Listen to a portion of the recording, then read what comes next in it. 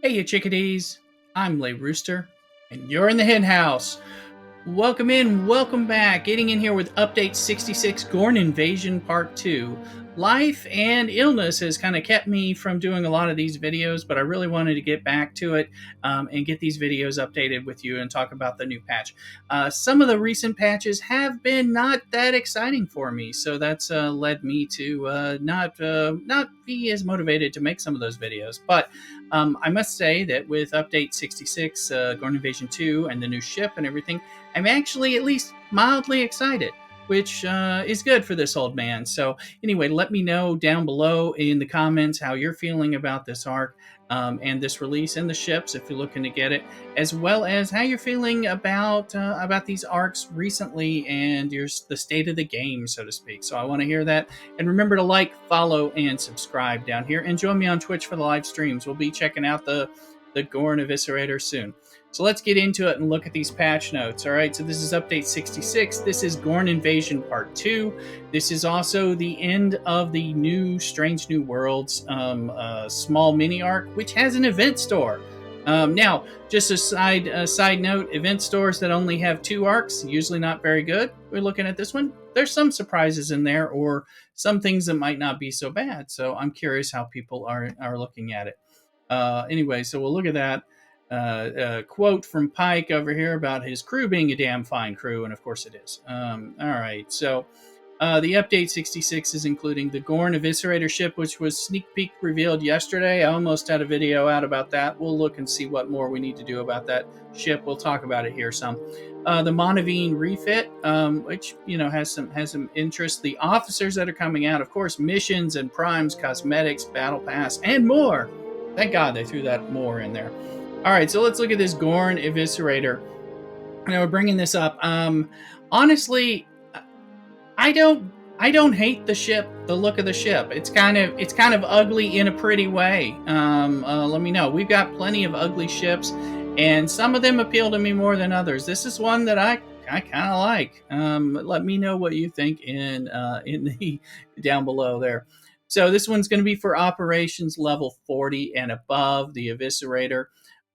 They're saying kind of like the Discovery comes in, it opens this thing, the spatial rip. All right, a rip in time and space, not ripping one, but a rip in time and space, right? So this is going to allow you to get, once you can get somewhere with this ship, you can open a spatial rip, and it's going to notify your alliance members and allow ships to jump there. Now, the number of ships that can jump through that rip to instantly teleport to where you are, and the amount of time that rip is open so people can do that is going to vary based on your research and your tier levels. So it's going to be stuff that you have to work on, kind of like having to build up your discovery in order to be able to jump and summon and how far you can get, that kind of thing. It does sound like a new mechanic that's kind of neat, and I think it could be useful. So I'm curious how people are using it. Let me know in the comments below. All right, so and there also has isolytic passive abilities, which will be important.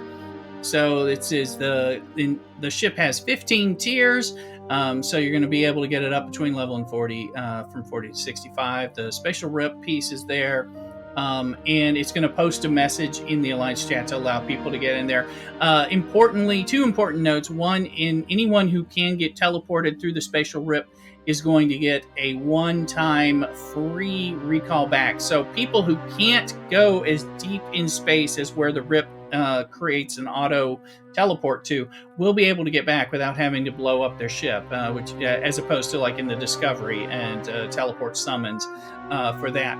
So that's one piece. The other thing is any part of deep space that is mission locked behind different missions, you will not be able to go to. Well, you can go to it, but people who haven't unlocked that space won't be able to go to it. But there's a whole lot of deep space in G4 and G5 and into G6 and all that people can get into based on what's not locked by a mission. So be aware of that. That'll be a limitation.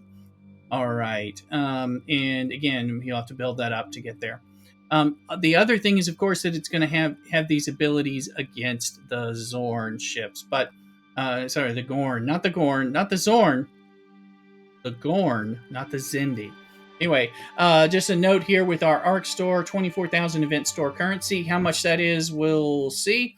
but you need to use the code Eviscerator. One thing that's been happening today is that the code does need to be in all caps in order to work for redemption. So get in there and get that. Don't be square. Get your codes. Now the passive abilities for the ship. Talking about it with the Gorn, not the Zorn. That's next month's rollout. The Hunt the Hunter and the Rigorous Extraction. All right, Hunt the Hunter passive ability increases isolytic damage against the Gorn Hunters. We already have the Gorn Hunters as a loop and a refinery, and this is going to create extra bonus isolytic damage with that ship, so you won't have to worry about your officers, although placing your officers with it may have great synergistic effects. Now, Rigorous Extraction. The Gorn Eviscerator's second ability amplifies the Apex Isomatter when you defeat a Gorn Hunter while using the ship. So these abilities become critical. So now we go into the piece here. I wanna bring this up bigger, so I'm going to use a little internet magic real quick. All right, here we are. So with a little internet magic, so you can see the Gorn Eviscerator destroys the Gorn Hunters. That gives volatile isomatter and increased amounts of apex isomatter. Now, what they're saying is you're grinding the Gorn like you already were. You were already getting volatile isomatter, and now they have something called apex isomatter that's an additional thing that is a drop in there that you can farm. Now, there's a small amount of that. This ship boosts it through its ability when using the ship to get a lot more of it. I did just check. Nurse Chapel, who is the bomb diggity, as all the kids say, who boosts your volatile isomatter. So she's not boosting the apex isomatter here. That'll probably be another officer or another ability or another prime that comes out to help with that. So the ship will really boost it, not Nurse Chapel. But she's still the bomb diggity. I heard it from the kids at the corner, and I know the kids keep me straight. All right, so you'll exchange the Apex Isomatter in the Eviscerator Refinery, which is also where the Volatile Isomatter Refinery is on your store. And then you'll get Gorn Eviscerator parts, so you get ship parts to build and to upgrade that and unlock the related research. So it'll be like your Discovery and like your Cerritos and Voyager, stuff like that. So you'll be able to get that. So that looks kind of interesting. Let's go. And moving on. Says now the refinery itself is going to give you those. It's going to give you the parts and the research for the Gorn Eviscerator, which is cool. That's how you'll build it up and make it stronger and faster for its spatial rip ability. However, it's going to give. It'll help with the PvP isolytic defense artifact shards. That's the Cephalo Cask. Which we come into more, and then update 65 and update 66 officer shards. That's the new Strange New Worlds ones. The Kirk Brethren, Mabingas, Chapel, and Phlox. Phlox is not in there. Phlox is in the thing, but the new officers that would come in. Phlox is in the event store. My bad. But it will include Chapel, Bomb Diggity. She's great for all kinds of reasons all across the game, and also the new rare officer. So we'll talk about that too. Now we're also going to have there's an article, of course. We'll talk more and dig more into the Gorn Eviscerator, but we're going to have the special Monavine refit, which is going to now introduce Sigma resources for those in the higher levels above 60 and the Queen's Favor, as well as burning on PvE hostiles. That'll be good. I don't know that that's going to make the Monavine something you need to use in the Zendi armadas, where burning is a prerequisite, but it at least gives an option for theory crafting. Let me know down below if you're doing any of that or have found any way to make that useful outside of just burning damage. All right. Now we get into the officers. So we've got Epic S&W James Kirk, who will be available through this refinery as well. His captain ability, reducing enemy shield mitigation versus non-armada hostiles. You can get that up to 100% with proper synergy. Pretty impressive. All right, now his officer ability, Phaser Bank Operator, increasing base weapon damage versus non-armada hostiles. So he is a whole hostile fighting officer. All right, and his officer ability starts at 200% and goes up to 3,500%. That's a lot of percentage. So now, if he were on the Gorn Eviscerator, which is going to do isolytic damage and isolytic cascade, That means when the damage is increased a whole bunch, isolytic cascade increases. So this inadvertently, although I'm sure this was planned, has a secondary effect of increasing your isolytic damage when you're doing it through your ship or anything else that is increasing and converting your high damage to a percentage of it being isolytic on cascade. So be aware of that. He's probably going to be good for farming those Gorn. Now we have the rare officer Pelia. All right, Carol Kane over here. So she is an officer and below deck officer, and she's got some use here. Her officer ability, Brain Melting Secrets, reducing isolytic damage received from non-armada hostiles. So that's going to help her when you're fighting isolytic damage dealing. All right, so that's there as officer. But I think kind of like the rare in Nurse Chapel, where she may be more helpful, is her perpetually bored below deck ability, increasing isolytic defense. Now by 10% or up to 100% when built up. Now that's isolytic defense against hostiles, against armadas, and against other players. So that makes her very useful again. And I think that's an officer that I'm going to be looking to get and place below decks for those abilities. We're starting to get a lot of below deck officers that we kind of need to have down there, and we're going to have to work on that. Let me know your thoughts on these officers. Now, of course, we've got missions, a whole lot of missions, and again, they're there and they're fun. To make sure you do the ones you need to do to get the points and complete the events. We got some primes coming out.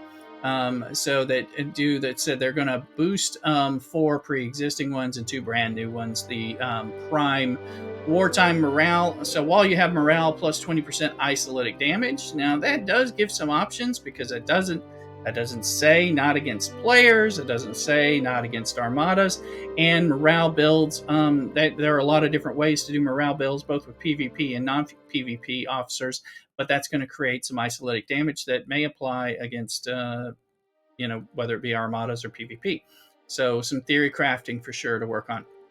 Prime Temporal Disruption, increasing your Temporal Disruptor's daily claim by 300%. So that'll help with getting all those artifacts as well. And then some boost to Prime Research Cost Efficiency.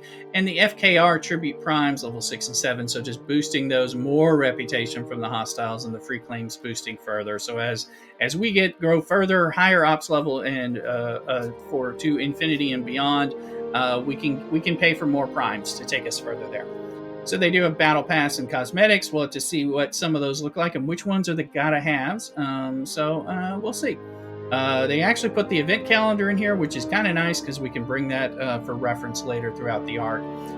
Bug fixes. Again, Scopely needs to fix as many bugs as possible because they create some every arc, and then they need to fix them, and they haven't always. One thing that I want to draw attention to is right here, fixed an issue where Nurse Chapel's officer ability was not being consistent. So if you were having problems with that and her great ability, then for Gorn, that's for the Gorn hunting, then apparently it is supposed to be fixed now. So keep fixing those bugs, Scopely, and keep making less bugs and test stuff, okay?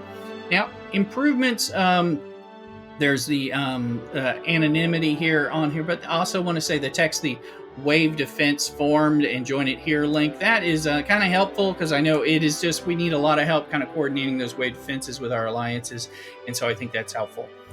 So that kind of helps us out with the arc with 66. So we're looking up again, new ship, Gorn, it's like a build on the new loop.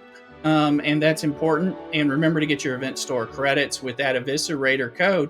Anyway, remember to like and subscribe. Let me know what you're liking. Let me know if this is a move in the right direction or if it's more of the same.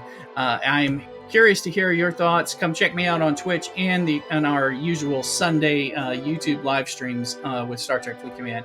Y'all take care and cock-a-doodle-doo.